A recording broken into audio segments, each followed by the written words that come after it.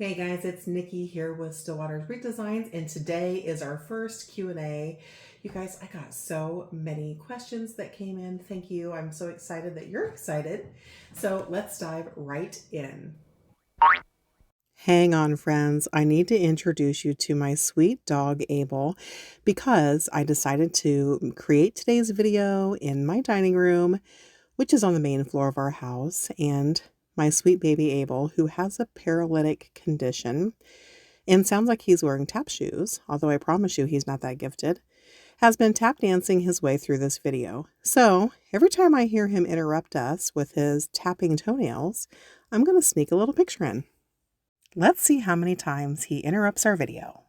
Okay, now back to the Q&A. Just real quickly before we dive in here, guys, I just wanted to let you know that this video is not sponsored.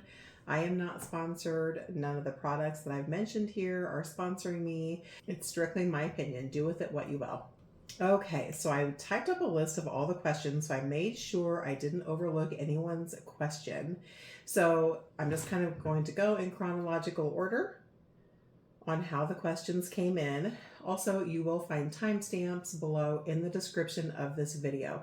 So if you're looking for a specific question and answer, just hop down to that description, find the question you're looking for, and you can jump ahead. All right, someone asked what I use for my long wreaths, my oval wreaths. Two things, guys. I use an oval grapevine. You can get those at any wreath supplier online, or I will use a pine round wreath base. I try to buy those, gosh, as many as I can get my hands on after Christmas when they're on sale. And all I do is lean on them, put a little oomph into them, and give them a squish until they're the shape of an oval. That's all there is to it. What kind of deco mesh is the best to use? So I primarily get my deco mesh actually from a handful of places, all of them online. I get them from craftoutlet.com. I would say if I had to list a single supplier that I get the most of my items from, whether it's deco mesh or ribbon or sign attachments, wreath forms, all the things, most of it comes from Craft Outlet. I also like Ellis Home and Garden. bbcrafts.com is really great for mesh. I personally don't like, again, guys, this is just my opinion, I don't really care for the Walmart deco mesh, and I definitely don't like the Dollar Tree deco mesh. So there's that. Okay, friends, someone made a comment and said that they noticed I sometimes show Dollar Tree items and sometimes I don't. And they asked what my thoughts were on Dollar Tree items. So I'm just going to be honest and transparent with you. I try to show tutorials that cover all different types of budgets and price points. And so I like to sprinkle in Dollar Tree designs on the channel because I know that that's a preference for some of you, and I'm happy to do that. However, I can tell you for my own wreath designs that I sell on Etsy or to my friends or even hang on my front door, I've got a pretty picky list of Dollar Tree items that I do and don't like. I'm going to share that with you. Again, it's just my opinion. Do with it what you will. Okay, so I've got the go ahead and grab it list here for you. So things I'm okay with. You know that I do love the metal wreath frames. Those are great for pancake wreaths and the different shapes of wreaths. I like most of their signs, although you do need to be careful. Most of them are made from pressed cardboard and they can sometimes warp. Usually when I'm digging through the signs, I try to really pay attention to the shape and make sure it's in good condition. The metal signs are always really great, but just be a little cautious when you're using their pressed board signs that they're flat and they're not starting to curve and curl. I like all of their wood items and their wood boards to use for crafting and wreath making. I do like their deco mesh tubing and their pipe cleaners. Some of their embellishments I like, some of them I don't. I just really eyeball them well and make sure that that quality is there. Let's see what else. I do like their little rotary cutter and their small self-healing mat. That's a great starter piece for folks that are new to wreath making. Okay guys, so now the leave it behind list from Dollar Tree. I basically never use the deco mesh. Our local Dollar Trees only offer the 6-inch deco mesh, and it frays horribly. It doesn't matter what color you get, what season you grab it from, it just, at least in my experience, frays horribly. So I don't use the deco mesh for any of my wreaths. And the ribbon, although it seems like it's cost effective, you know, it's just $1.25 a roll. Typically those rolls are only 6 to 9 feet long, and so they're really not cost effective, guys. So in my experience, I just feel like it makes more sense to buy a standard higher quality roll that has, you know, 10 yards on it, as opposed to 6 to 9 feet. And then the last thing on my leave it behind list is the Dollar Tree florals. I don't like to use the word never, but I basically never utilize florals from the Dollar Tree. They're not the quality that I prefer. Next question, what is the best glue gun on the market? You guys, I don't really have a brand preference for the glue gun. I would just say that I prefer the full size because I'm using it quite a bit. And while I love the idea of a cordless glue gun, it makes a lot of sense and would make life a lot easier. I can tell you that I personally am horrible about remembering to charge it. So I don't utilize a cordless glue gun. I just have a regular electric full-size glue gun.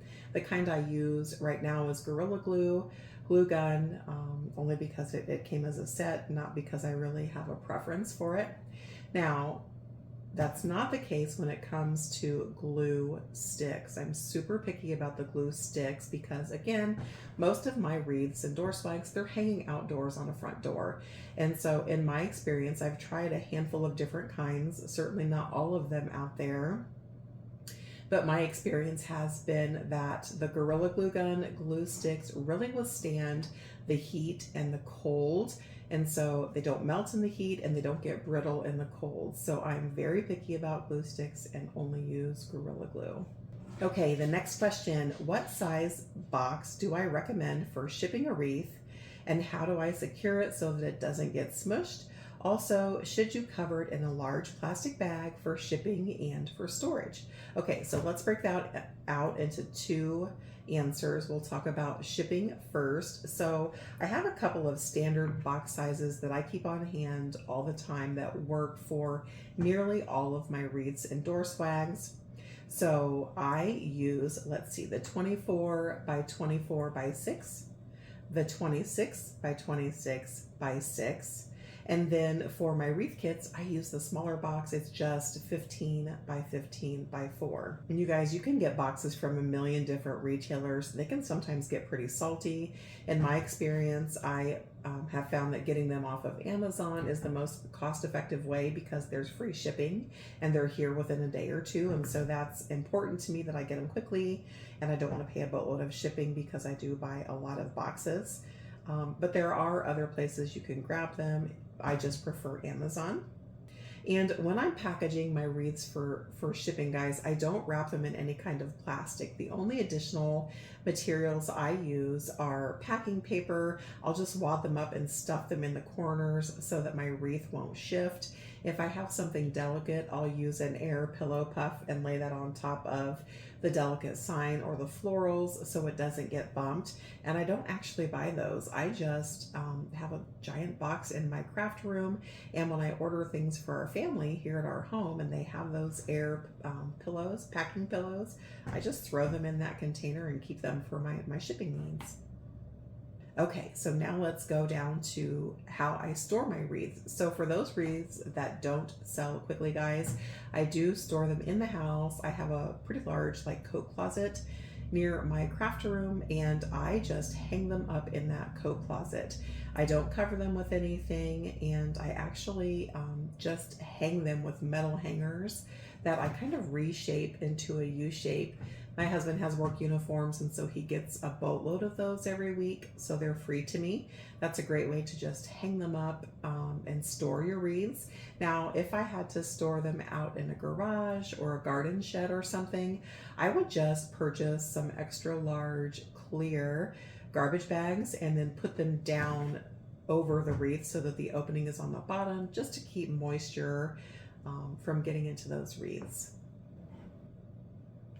Okay, I get asked this question so many times, you guys, it cracks me up. What is my daytime job and am I a teacher? No, I'm not a teacher, although I appreciate the fact that you think I am. That means I'm doing a great job of explaining our wreath designs. I actually work remotely from home in corporate HR.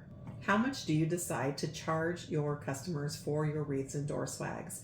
There's a lot of variables that go into this when you're considering what you should charge to your customer. I try to be fair to both my customer and myself. So the short answer of that is basically the cost of materials times 3. And when I'm using the cost of materials, something to keep in mind, are the smaller things like your mounting brackets, your glue sticks, your pipe cleaners, those types of things. So typically I'll just charge like $2 to cover all of the small incidental things that go into the wreath.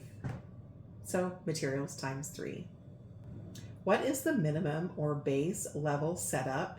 And then in parentheses, they added cell phone, tripod, software, apps, etc. What I recommend for starting a YouTube channel and for making it videos. You guys, keep it simple. I just surpassed my 1-year anniversary here on YouTube, and I am using exactly the same thing today as what I did on my very first day. I don't have any fancy equipment at all, no cameras at all. Just use my cell phone for videoing. Make sure you always use that rear facing camera. It's the better quality. Don't use your front facing camera. And then I've got a gooseneck table clamp that I utilize on my desk to hold my cell phone, and I also have a tripod. And when it comes to apps, I just use 2. That's it. I use Canva to create all of my thumbnails. Canva is an app that you can get on any phone. You can also use it on your computer if you prefer. It does have a paid and a free version. I started out with the free version, quickly moved into the paid version. It's pretty cost effective. And then I also use Splice for all of my editing. You guys, here's what was important to me when I was choosing those couple of apps. I am not tech savvy. I'm crafty, but I'm not tech savvy. So I didn't want something that was going to be complicated to learn or had lots of steps. And so I find that Splice is super easy to utilize. It too has a free or a paid version. I started out with the free version and then moved into the paid version. That's it. So this next question actually kind of aligns with the previous question. How do I edit my videos? So as I mentioned just a second ago, I use the Splice app for all of my editing. Let me expand just a little bit and kind of tell you my workflow and my process. So first I create the video. I'm just videoing that with my cell phone using the tripod or the gooseneck clamp, whichever fits the tutorial best. Once I get that finished, then I create my thumbnail in Canva. They have a boatload of templates, which makes your life a lot easier. Once I've created that thumbnail, then I upload the thumbnail and the video into Splice and start editing. And basically what I'm editing, guys, so typically the videos that you see are 20 to 60 minutes. That's kind of the range, but I would say that the average tutorial is about a half an hour. When I'm in my craft room creating, it's typically taking me, usually an hour and a half to 2 hours, but a lot of those things are quiet time and repetitive. So when I'm editing my videos, basically what I'm doing is removing all of the quiet time, all of the repetitive pieces, and then of course any bloopers, those have got to go. Once it's totally edited, then I upload the video into YouTube. And again, that's all done from my phone. Where do I buy ribbon and supplies? I know we touched on this earlier, guys, but basically I've got a laundry list of places that I really like to use. And I'll leave a link for you below so that you can find all those websites. But primarily it's Craft Outlet, it's TMI Gifts, BB Crafts, the Wreath Shop, Sam's Club, and Hobby Lobby, and then a few other places. But those are primarily what I utilize to grab my supplies. Do I have a VIP membership? You guys have asked that several times over the last 8 to 12 weeks, I would say. I don't have a VIP membership yet. I am contemplating doing so. And so this would be, if you're not familiar with VIP memberships, it's basically something that you pay a small fee to have access to specific tutorials. and basically get a chance to get design tutorials that aren't made public. So I'm considering doing so. I'm on the fence about it. Drop me a comment below and let me know if you think, that's something you might be interested in, or if it's something we should just skip. Okay, next question. What bow maker do I recommend? You guys, this is a great question. I can tell you when I first started making wreaths for several months, making bows was the hardest thing for me to do. I just couldn't get it down. It took me a long time. And so I actually bought the two, what I think are the most popular bow makers. I bought the Easy bow maker and the bow dabra to see what could basically help me the most. So I do have them both. I've used them both. Honestly, I make them by hand now that I finally got it down pat. However, since my injury, I've had to dust those guys off and bring them back out. And I can tell you between the two, I prefer the bow dabra. How do I store deco mesh? You guys, I have a boatload of deco mesh. If you've ever watched my craft room tours from earlier last year, you know that I've got it coming out of the woodwork. And so I've evolved over the last year, and I currently am utilizing and love basically a cube storage shelf that I got from Amazon. I'll leave a link for that for you below. But if budget is a concern for you and you are able to grab that, you could easily take a heavy duty, larger cardboard box and just turn that guy on its side up against your wall and stack them up on top of one another. And then just lay your deco mesh rolls in there so that you can see all the colors, easily grab them, but they're out of your way. Okay, I did have several questions about how to start an Etsy shop and how to become an affiliate with Amazon and receive commissions. Those are both long, in-depth answers, guys. I'm actually going to create a single tutorial that focuses just on Etsy, and then a second tutorial that focuses on Amazon affiliate marketing, so that those of you that are interested in doing so or considering doing so can really have all the meat and potatoes of information that you need to see if that might be a good idea for you. So stay tuned for those tutorials. All right, guys, the last question. I would say that this is the second most asked question that I've had here on the channel. The number one most asked question is, am I a teacher? But the second most asked question is, what did I do to my finger? Okay, so let me just say, you guys, if you've been around on the channel for any length of time, you know that my left pointer finger looks like a cigar. It's wrapped up 6 ways to Sunday, and it's been that way since November 26th. And so first of all, let me just say thank you. I have received such an outpouring of love and encouragement and support and prayers, especially in December, shortly after it first happened, and it was so traumatizing. So thank you.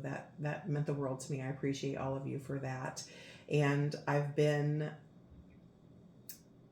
kind of evasive on what happened to my finger, and I'm going to answer it today a little bit more than I have in the past. I'm still not going to give you the full story, but the real quick of it, on November 26th at 1 p.m., I remember it vividly.